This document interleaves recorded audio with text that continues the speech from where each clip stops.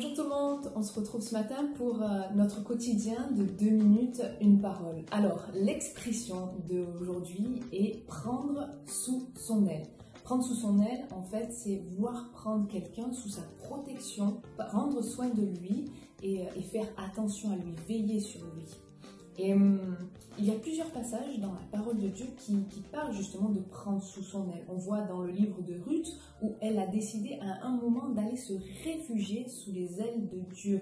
Et dans le psaume aussi 91, le psalmiste dit « Il te couvrira de ses ailes et tu trouveras un refuge sous ses ailes ».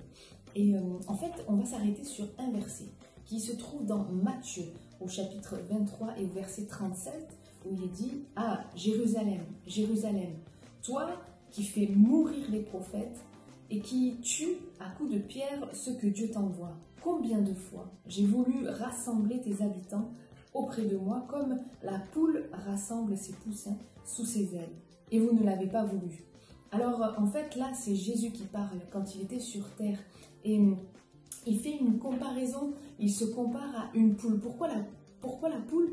Parce que tout simplement, quand on regarde une poule avec ses poussins, quand le danger arrive, ses poussins accourent autour d'elle et ils se cachent sous ses ailes. Et elle les couvre de ses ailes. Quand il y a la pluie, ils sont protégés de la pluie. Quand il y a le vent, ils sont protégés du vent. Ils sentent la chaleur de l'amour de leur maman poule.